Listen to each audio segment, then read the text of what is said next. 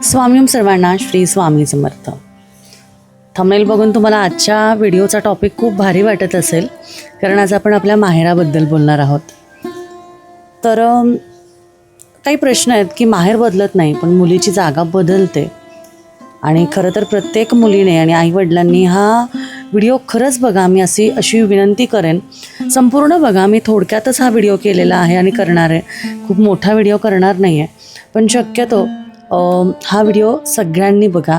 कारण यात मी काय सांगणार आहे तर माहेर तेच आहे, पण आपण बदललो, मी बदलले, मुलगी बदलते किंवा मुलगी बदलते म्हणण्यापेक्षा तिची जागा बदलते आणि त्यानुसार तिच्या वागणुकीमध्ये, तिच्या गोष्टीमध्ये तिला तशा गोष्टी आणाव्या लागतात. मुलगी परकी कधी होते, माहेर पण आता पाहुण्यासारखं का वाटायला लागतं किंवा असं का होतं, हे सगळंच आपण ह्यामध्ये बघणार आहोत. तर व्हिडिओ थोडा इंटरेस्टिंगच असणार आहे, त्यामुळे नक्कीच सगळ्यांनी ऐका अशी विनंती करेल, कारण आपण आपल्या माहेराबद्दल बोलणार आहोत. तर मी रोहिणी तुमचं स्वागत करते आपल्या ह्या चॅनलमध्ये, जिथे मी तुमची मैत्रीण म्हणून इथे तुमच्याशी बऱ्याच गोष्टी शेअर करणार आहे. बाय प्रोफेशन मी ॲस्ट्रोलॉजर आहे, वास्तू बघते, न्यूमरोलॉजिस्ट आहे आणि त्याचबरोबर रेकी हीलर आणि डाउजिंग पण करते. तर बघा, ह्या सगळ्या गोष्टी माझ्या प्रोफेशनल आहे, पण मी एक छान तुमची मैत्रीण, एक काउन्सिलर पण आहे. तर बघा कसं असतं ना, मुलीला माहेर खूप जवळचं वाटतं, कारण सासरी काही बंधनं असतात. पण त्याचमुळे मी विचार केला की आपण एक व्हिडिओ करूया ज्यामध्ये मी माझ्या मैत्रिणींसाठी खूप छान असा विचार मांडेन, कारण माझ्या डोक्यात आला तर तुम्हालाही शेअर करावा असा वाटला. कधी असा विचार केला आहे का तुम्ही की ज्या घरात आपण लहानाचे मोठे झालो, जिथे प्रत्येक भिंत आपल्याला ओळखते, जिथे आपलं हसणं, रडणं, हट्ट, स्वप्न सगळं वाढलं, त्याच घरात लग्नानंतर एक दिवस आपण स्वतःच थोडं अनोळखी का वाटायला लागतो. आजचा विषय फक्त मुलीसाठी नाही, तर प्रत्येक आईवडिलांसाठी, प्रत्येक भावासाठी आणि प्रत्येक कुटुंबासाठी आहे. कारण आज आपण कोणावर टीका करणार नाही आहे, कोणाला दोषही देणार नाही आहे. आपण फक्त एका मुलीच्या मनातलं बोलणार आहोत, ते न बोललेलं जग समजून घेण्याचा प्रयत्न करणार आहोत. त्यामुळे एक विनंती, हा व्हिडिओ शेवटपर्यंतच बघा, कारण शेवटी मी एक अशी गोष्ट सांगणार आहे जी कदाचित तुमच्या माहेराशी असलेल्या नात्याकडे पाहण्याचा दृष्टिकोन बदलून टाकेल. लहानपणी आपण किती सहज म्हणायचो, हे माझं घर आहे. आपल्या खोलीत कोण आलं तर राग यायचा, आईला हाक मारायची, बाबांकडे हट्ट करायचा, भाऊ बहिणींशी भांडायचं आणि 5 मिनिटांनी पुन्हा एकत्र बसायचं. त्या घरात आपल्याला कधी परवानगी घ्यावी लागली नाही, कारण ते घर आपलं होतं. पण लग्नानंतर जेव्हा पहिल्यांदा माहेरी जातो ना, तेव्हा न कळत आपण विचारतो, आई मी येऊ का? हा प्रश्न छोटा आहे, पण त्यामागची भावना खूप मोठी असते. खरं तर माहेर बदलत नाही, आई तशीच असते, बाबा तेच असतात, घरही तेच असतं, पण बदललेली असते ती आपली भूमिका. बरोबर? कारण आपण विविध स्वरूपाचे नाते जे आहेत ते आपण निभावायला लागत असतो. आधी आपण त्या घराचा अविभाज्य भाग असतो, नंतर आपण त्या घरातल्या खूप प्रिय पाहुण्यासारखे होतो.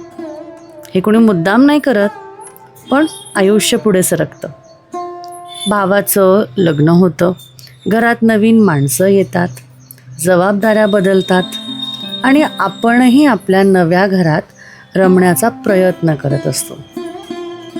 पण मनाचा एक कोपरा कायम त्या जुन्या घरातच राहिलेला असतो. मला एक ताई भेटल्या होत्या, त्या म्हणाल्या, ताई मी माहेरी गेले की आई अजूनही माझ्या आवडीचा चहा करते, माझ्या आवडीच्या जेवायच्या वस्तू करते, खायच्या वस्तू करते, पण आता मी आधीसारखी स्वयंपाकघरात सरळ जाऊन काही काढून खात नाही. नकळत विचारते, आई घेऊ का? खरं तर हे आपोआप होतं. खरं तुम्हाला वाटत असेल आमच्याकडं असं होत नाही, पण शक्यतो काय होतं ना, आपल्याकडे जबाबदारी वाढते, आपण थोडे मॅच्युअर होतो म्हणून आपल्याला असं विचारावंसं वाटतं. आई हे केलंय, घेऊ का मी, खाऊन बघू का, असं म्हणतोच आपण. एरवी कुठं आपण एवढं विचार करायचो, बरोबर. आणि मग मला खरंच तो प्रश्न पडला की हां, ह्यावर आपण खरंच बोलूया. तर कसं असतं ना की घर बदलतं, भावना बदलत नाही, काळ बदलतो. आणि ही गोष्ट फक्त मुलीचीच नसते, आईच्याही मनात खूप काही चाललेलं असतं. मुलगी आली की तिच्यासाठी आवडीचा पदार्थ करायचा, तिच्या चेहऱ्याकडे बघून ती आनंदात आहे का हे ओळखायचं.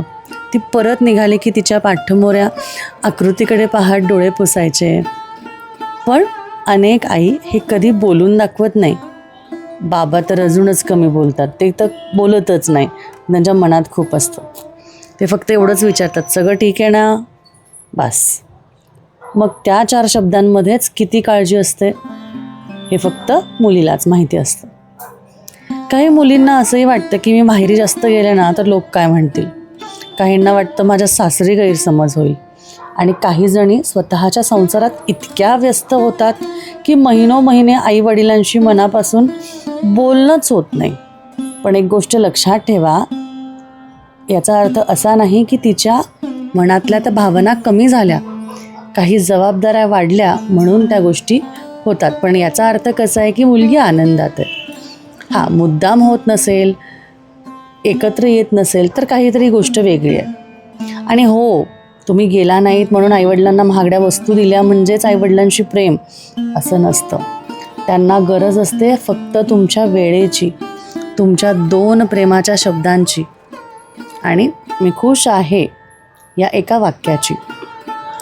पण इथे एक गोष्ट मुलींनीही समजून घ्यायला हवी, लग्नानंतर सासर हेही आपलंच घर असतं. त्यामुळे बऱ्याच वेळेस मी बघितलं आहे सारखंच माहेर माहेर माहेर असं होतं बऱ्याच जणांना. काही उठसूट झालं की माहेरी जाणं, उठसूट झालं की माहेरी जाणं, असं नाही. खरं तर तुम्हाला माझं हे म्हणणं पटत नसेल, पण अगदी 5 मिनटाच्या अंतरावर किंवा 15 मिनटाच्या अंतरावर किंवा तासाभराच्या अंतरावर जरी तुमचं माहेर असलं ना तरी तो गोडवा टिकून राहिला पाहिजे. तो गोडवा टिकून राहिला तर त्याचं महत्त्व कळतं. त्यामुळे हेही लक्षात घ्यायला पाहिजे की माहेरावर प्रेम करताना सासर कमी नाही करायचं. सासर जपत असताना माहेरवरचं प्रेमही तसंच ठेवायचं, पण सारखं सारखं जे असतं ना ते थोडंसं कमी करायचं. आणि त्याच्याने काही प्रेम कमी होत नाही तर उलट ते वाढतं.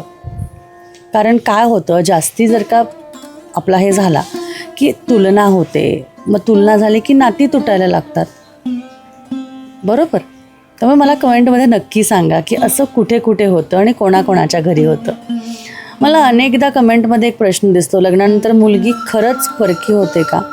माझं उत्तर आहे नाही, मुलगी कधीच परकी होत नाही, फक्त तिच्या जबाबदाऱ्या वाढतात. तिचं आयुष्य 2 घरांमध्ये विभागलं जातं आणि त्या दोन्ही घरांवर सारखंच प्रेम करताना तिचं मन अनेकदा शांतपणे थकतं. म्हणून तिच्या हसण्यामागचा थकवा समजून घेणंही तितकंच महत्त्वाचं आहे. आजची छोटीशी ॲक्टिव्हिटी मी तुम्हाला सांगणार आहे, जी थोडी मनाला भिडणारी आहे, पण ती करायची आहे. जसं मी सांगते, माझ्या प्रत्येक व्हिडिओमध्ये एक ॲक्टिव्हिटी असते, ती तुम्ही करत नाही तो भाग वेगळा, पण ती तुम्ही करायला हवी हाही भाग वेगळा. त्यामुळे आजच आई किंवा बाबांना फोन करा. काही कामासाठी नाही, फक्त एवढंच विचारा, आज कसा गेला तुमचा दिवस, काय काय केलं आज.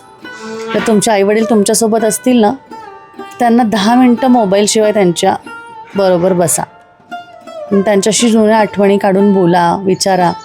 विश्वास ठेवा, त्या 10 मिनटाचं आयुष्य भरभरून तुम्हाला इतकं काही देऊन जाईल ना की ते तुम्हाला जपून ठेवावंसं वाटेल.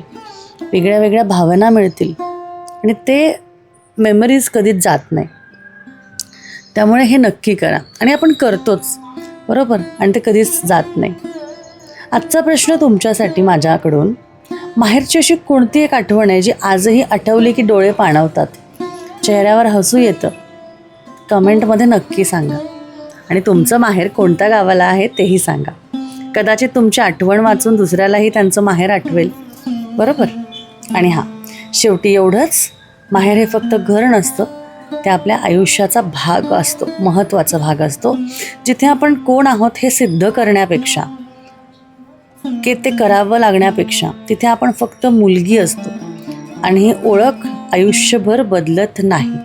पण हो, मुलगी आहे म्हणून तिथे वर्चस्वही गाजवायचं नसतं, बरोबर? कारण आपण नाती बदलायची नाही, नाती समजून घ्यायला आलेलो आहोत, नाती समजून घेऊन त्या पुढे न्यायला आलेलो आहोत. त्यामुळे नात्यांमध्ये दुरावा नाही तर नात्यांमध्ये गोडवा निर्माण करायला आलेलो आहोत. तर चला, कसा वाटला आजचा आपला हा संवाद? आवडला असेल तर नक्की कमेंट करा आणि तुमचं माहेर कोणत्या गावाला आहे कळवा. भेटूया परत एका नव्या मनाच्या संवादासोबत, तुमच्या छान अशा गप्पांसोबत. तुमची मैत्रीण रोहिणी परत येणार आहे पुढच्या व्हिडिओमध्ये. तोपर्यंत चॅनलला सबस्क्राईब करा, बेल नोटिफिकेशनवर क्लिक करा आणि त्याचबरोबर कमेंट करायला, लाईक करायला विसरू नका. भेटूया परत. श्री स्वामी समर्थ.